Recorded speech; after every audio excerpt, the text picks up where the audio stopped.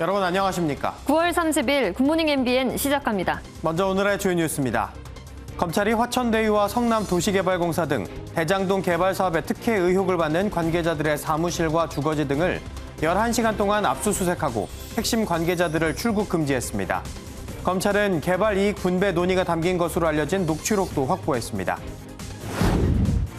천화동인 4호 실소유주로 알려진 남욱 변호사와 관련된 것으로 보이는 법인이 MBN 취재 결과 또 포착됐습니다. 대장동 특혜 의혹이 불거진 뒤 이 법인은 수십억 원을 대출한 것으로 파악됐습니다. 오늘 발표될 코로나19 신규 확진자는 2,400명 안팎으로 수요일 기준 최다를 기록할 것으로 보입니다. 정부는 10월 단풍철과 개천절, 한글날 연휴를 앞둔 만큼 현행 거리두기 단계를 2주 더 연장하는 방안을 검토하고 있습니다. 김정은 북한 국무위원장이 최고인민회의 시정연설을 통해 10월 초 남북통신연락선을 복원할 의사가 있다고 밝혔습니다. 문재인 대통령이 제안한 종전선언과 관련해서는 선언에 앞서 이중적인 태도가 먼저 철회돼야 한다고 주장했습니다. 일본 집권 자민당 총재 선거에서 한일 위안부 합의 서명을 주도했던 기시다 후미오 전 정조 회장이 당선됐습니다. 기시다 신임 총재는 다음 달 4일 일본 100대 총리로 취임하는데 과거사와 독도 문제에 강경한 입장을 취해와 한일 관계의 험로가 예상됩니다. 오늘은 오전까지 남부지방 곳곳에 강한 비가 내리다가 차차 개면서 오후부턴 전국이 대체로 맑겠습니다. 아침 최저 기온은 13도에서 22도를 보이겠지만 낮 최고 기온은 25도에서 29도까지 올라 일교차가 10도 이상 벌어지겠습니다. 검찰이 대장동 개발 사업 특혜 의혹과 관련해 화천대유와 성남도시개발공사 등에 대해 11시간에 걸쳐 압수수색을 진행했고 핵심 관계자들을 출국 금지했습니다. 개발 이익 분배 논의가 담긴 녹취록도 확보해 관련 의혹 규명에 속도가 붙을 예정입니다. 이현재 기자가 보도합니다. 검찰이 대장동 개발 사업 의혹 수사와 관련해 화천대유 등에 대해 11시간에 거쳐 압수수색을 진행했습니다. 압수수색은 화천대유를 비롯해 천화동인 4호 소유주인 남욱 변호사의 사무실과 성남도시개발공사, 천화동인 2에서 7호 실소유주들의 주거지 등에서 동시에 이뤄졌습니다. 화천대유와 천화동인 1에서 7호가 최근 3년간 각각 577억 원, 3,463억 원의 배당금을 챙긴 것으로 드러난 가운데 검찰은 수익 배당 구조를 설계한 핵심 관계자를 출국 금지 조치했습니다. 수익 구조 설계자로 알려진 유동규 전 성남도시개발공사 기획본부장 등이 그 대상입니다. 검찰은 앞서 천화동인 5호 소유주 정영학 회계사를 불러 참고인 조사를 진행했고 화천대유 대주주 김만배 씨와 유동규 전 본부장의 녹취록을 확보한 것으로 알려졌습니다. 해당 녹취록에는 개발 사업에 관여했던 전직 성남도시개발공사 관계자 등에게 개발 수익 관련 자금 10억여 원이 전달됐다는 내용도 담긴 것으로 전해졌습니다. 경찰도 경기 남부경찰청을 중심으로 전담 수사팀을 구성해 본격 수사에 나섰습니다. 경찰은 앞서 화천대유 대주주인 김만배 씨와 이성문 대표를 소환 조사했고 조만간 이한성 천화동인 1호 대표도 불러 조사할 방침입니다. MBN 뉴스 이현재입니다. 어제 오후 경기도 안양시 관악역에서 40대 남성이 달리던 열차에 치여 숨졌습니다.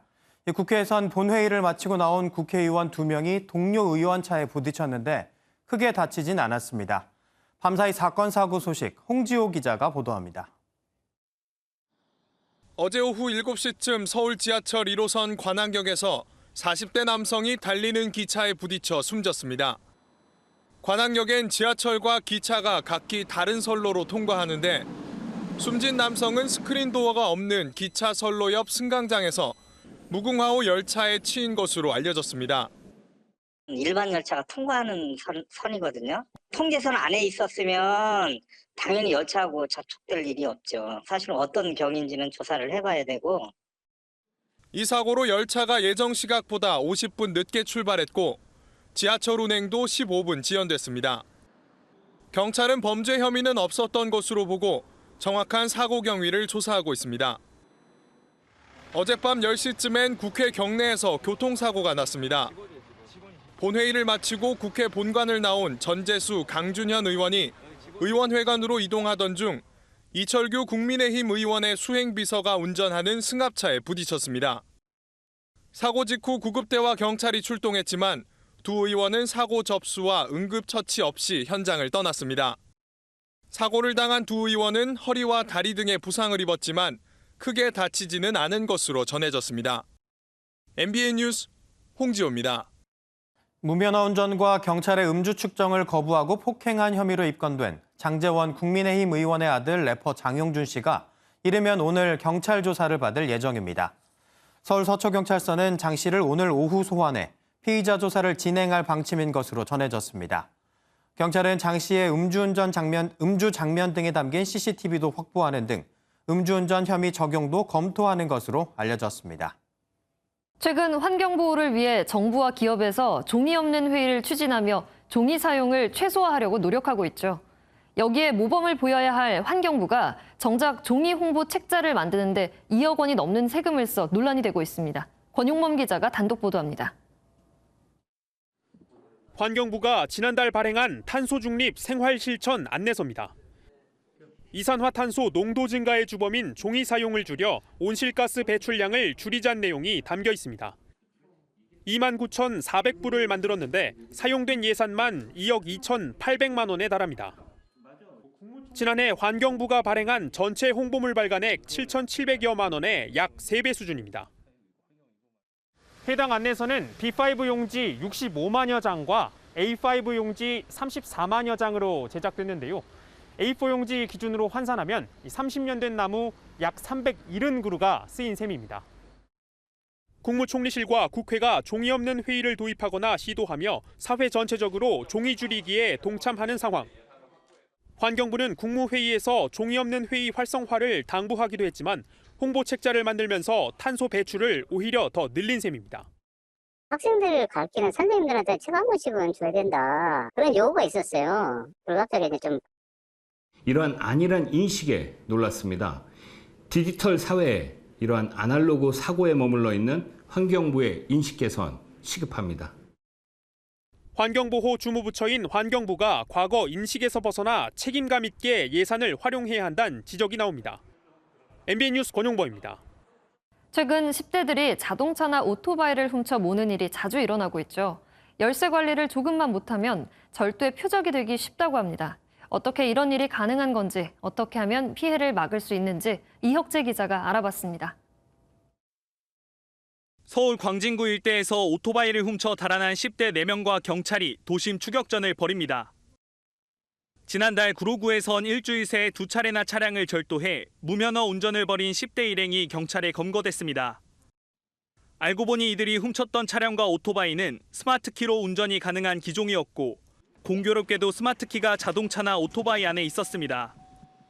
스마트키가 가까이 있으면 시동이 걸린다는 점을 악용한 겁니다.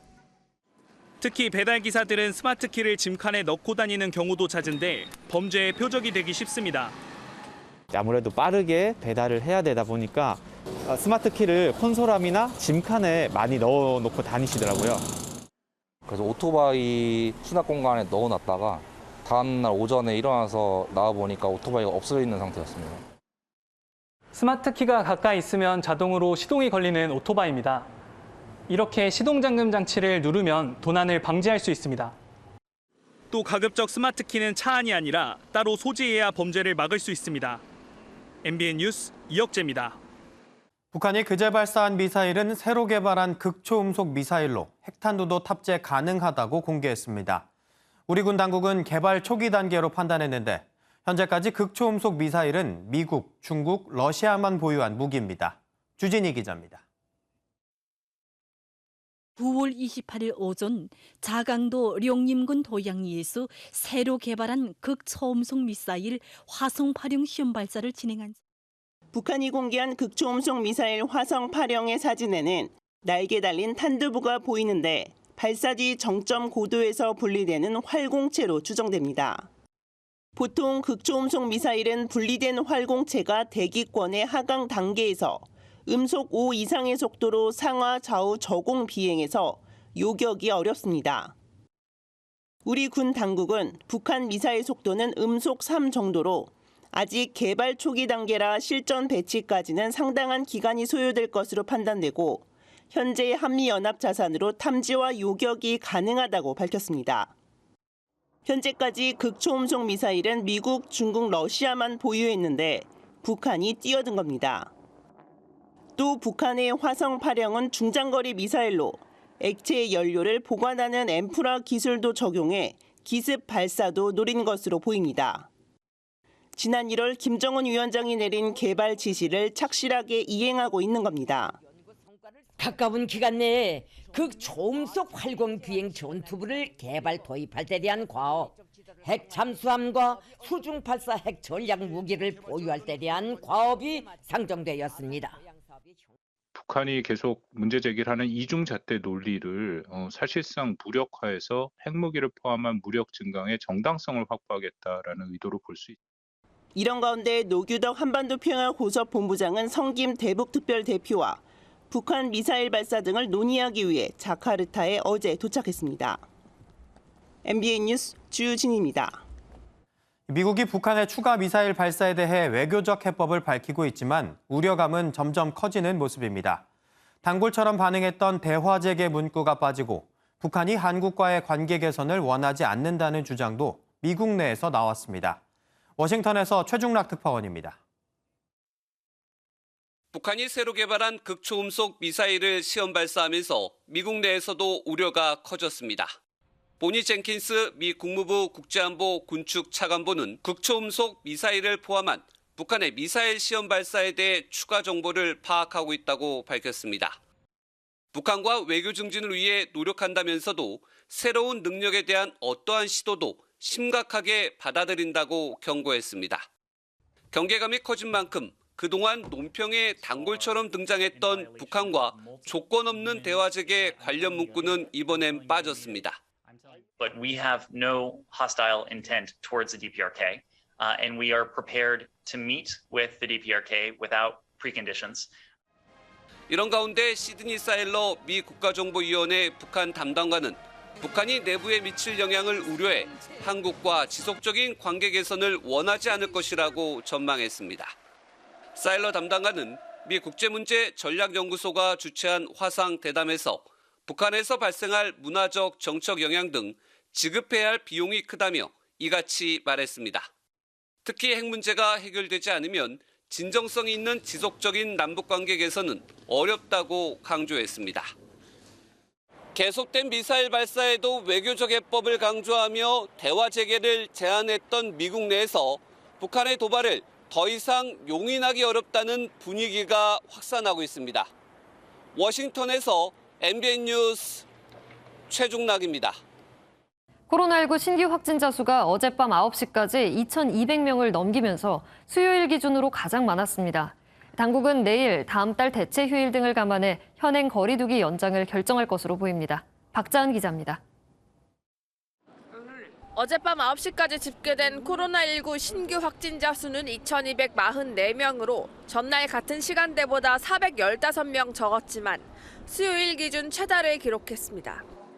서울 919명, 경기 655명, 인천 148명 등 수도권 지역은 1,722명, 비수도권은 522명을 기록했습니다. 일주일 연속 요일별 최다를 기록한 데 이어 오늘 신규 확진자 수가 2,400명 안팎으로 예상되고 다음 달 4일과 11일 대체 휴일이 새로운 변수로 다가오면서 그야말로 비상 상황입니다. 10월 연휴 기간과 가을 행락철을 앞두고 이동량 증가로 인한 감염 확산이 현실화될 가능성 또한 매우 높은 상황입니다. 이 때문에 내일 확정될 조정안에는 현행 거리두기 연장에 무게가 실립니다. 방역당국이 어젯밤 2시간여 회의를 거쳐 거리두기 조정안을 논의한 결과 연장 기간은 종전처럼 4주가 아닌 2주로 하고 수도권 백신 접종 완료자에 한해선 인센티브 적용을 확대할 것으로 보입니다. 단 접종 미완료자에 대해서는 식당, 카페 등 다중이용시설 입장을 제한하는 방안을 검토 중입니다. 10월 말 위드 코로나 시행을 앞두고 사실상 마지막 거리두기가 될 수 있는 만큼 당국은 이번 2주를 지켜본 뒤 추가 조치를 정하겠다는 방침입니다. MBN 뉴스 박자은입니다. 대전 시내버스 노조가 14년 만에 파업에 들어가면서 오늘 새벽 5시 30분 첫 차부터 운행이 중단됐습니다.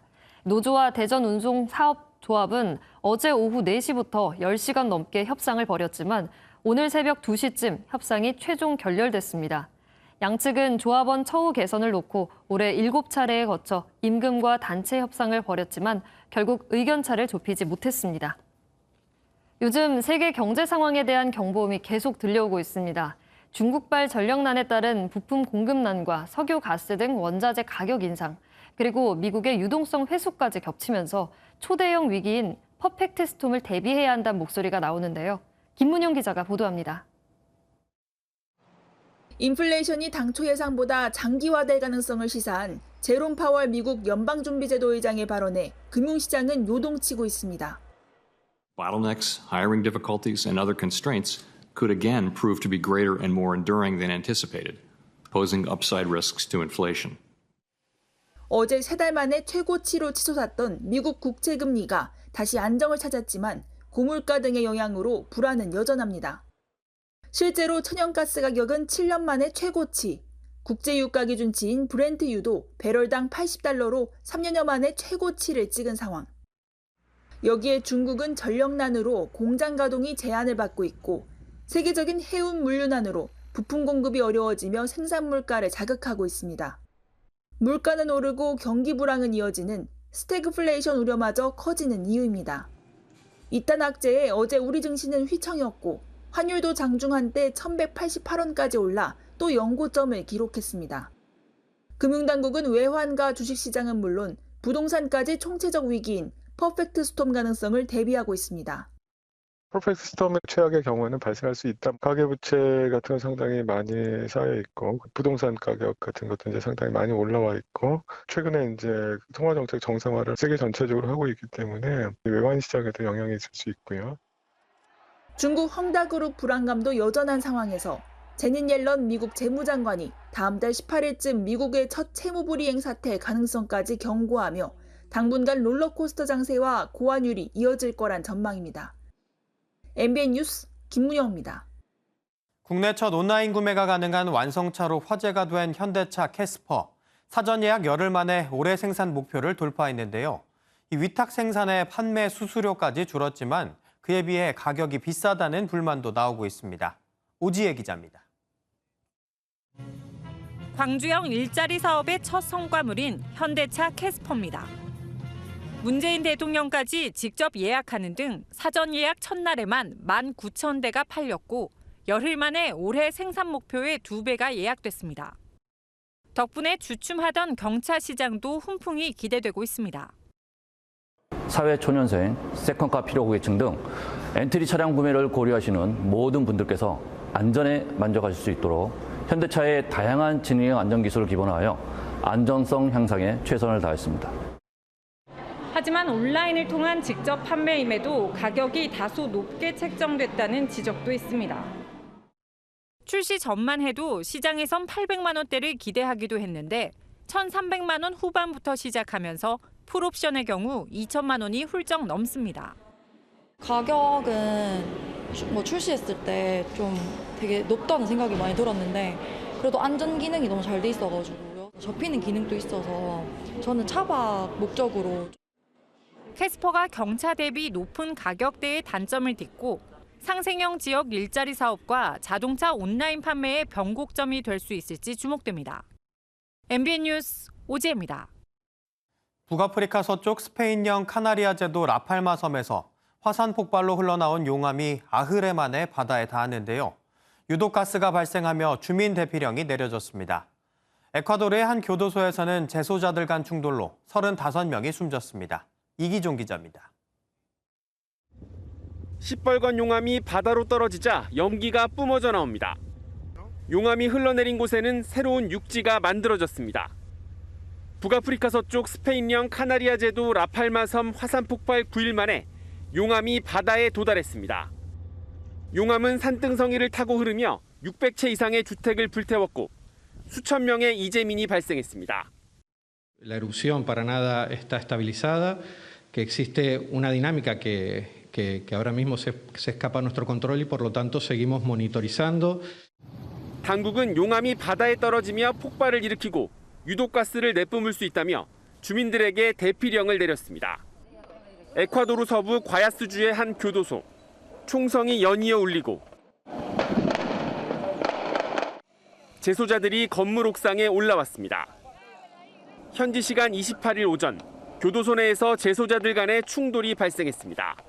현지 언론은 마약 밀매를 두고 경쟁하는 교도소 내 라이벌 갱단이 총기는 물론 수류탄까지 사용하며 충돌해 35명이 숨지고 48명이 다쳤다고 전했습니다.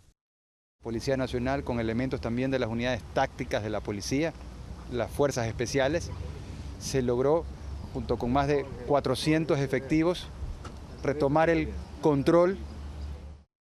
에콰도르에서는 교도소 내 갱단 사이의 충돌이 끊이지 않아 올해에만 150명 이상의 사망자가 나왔습니다. MBN 뉴스 이기종입니다. 하늘에서 먹을 게 내려온다는 생각, 영화로도 있을 만큼 한 번쯤 해볼 만한 상상인데요. 이 상상이 현실에서 이뤄졌습니다. 지난 주말 태풍 덴모의 영향으로 물난리가 난 태국 중부입니다. 그런데 그 위에서 패러글라이더의 엔진을 단 패러모터를 타고 있군요. 이게 무슨 한가한 상황인가 했더니 아래로 비닐 꾸러미를 떨어뜨리는데요. 구호품이었습니다. 홍수 피해로 육로 접근이 힘든 상황. 효율적으로 구호품을 전달할 방법을 찾던 지역 당국이 패러모터 팀의 도움을 요청했고 8명의 자원봉사자가 피해 지역을 돌며 구호품을 하늘에서 전달하고 있다고 합니다. 그런가 하면 브라질에서도 도저히 집 밖을 나설 수 없는 일이 벌어졌다는데요. 무슨 일인지 화면으로 확인해 보시죠. 지난 일요일 브라질 상파울루. 엄청난 모래 폭풍에 어디가 어딘지 분간할 수 없을 정도로 뿌였습니다. 저런 상황에서 밖에 나갈 수 없었겠죠. 지금 이 영상도 집안에 꼼짝없이 갇혀 찍은 거라는데요. 당시 상파울루 도시 전체가 누런 폭풍에 휩싸여 공포스러웠다고 하네요. 하지만 이런 상황에도 아랑곳하지 않는 이들 여전히 있습니다. 반세기 만에 화산 폭발로 수천 명의 이재민이 발생했는데 이들에겐 남의 얘기일 뿐인가 봅니다. 시뻘건 용암이 콸콸 쏟아지고 섬 전체가 매캐한 연기에 뒤덮였습니다. 유럽의 하와이로 불리는 라팔마 섬에서 벌써 열흘 넘게 피해가 이어지며 재난 지역으로도 선포됐죠. 그런데도 꿋꿋하게 바다에서 수영하고 일광욕을 즐기는 이들이 있습니다. 이미 용암이 바다에 도달했고 유독가스 경고까지 나왔는데 아랑곳하지 않고 화산에서 불과 10km 떨어진 해변에서 휴식을 즐기는 겁니다. 용감하다고 해야 할까요? 무모하다고 해야 할까요? 지금까지 굿모닝 월드였습니다. 연이틀 흐린 하늘에 가을볕이 그립진 않으셨나요? 한 차례 비구름이 지나고 난 뒤여서 9월의 마지막 날인 오늘은 전국 대부분 지역에서 맑고 쾌청한 가을 하늘을 만끽하실 수 있겠습니다. 가을 향기에 흠뻑 취하셔도 좋겠는데요. 다만 남부와 제주는 오전까지 비가 이어지다가 낮부터 해가 나겠습니다. 남부와 제주에 내리는 비의 양은 많진 않겠습니다. 오늘 오전까지 예상 강수량, 적은 곳은 5에서 많게는 40mm 정도입니다. 한편 아침 기온은 어제보다 4도가량 낮게 출발하는 곳이 많은데요. 햇빛이 기온을 크게 끌어올리면서 한낮에는 때늦은 더위가 찾아오겠습니다. 서울의 한낮 기온은 28도, 평창 29도, 담양은 30도까지 치솟아서 일교차도 10도 이상으로 크게 벌어지겠습니다. 대기가 습한 가운데 밤사이 기온이 떨어지면서 중부 내륙을 중심으로는 안개가 짙습니다.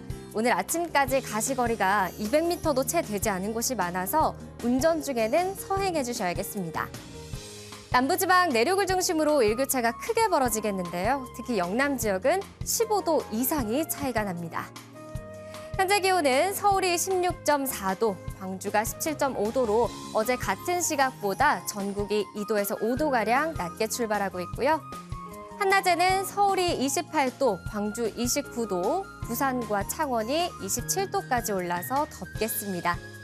당분간은 짙은 가을을 느끼기 좋은 날씨가 이어지겠고요. 다음 주 화요일에 비 소식 들어 있습니다. 날씨였습니다.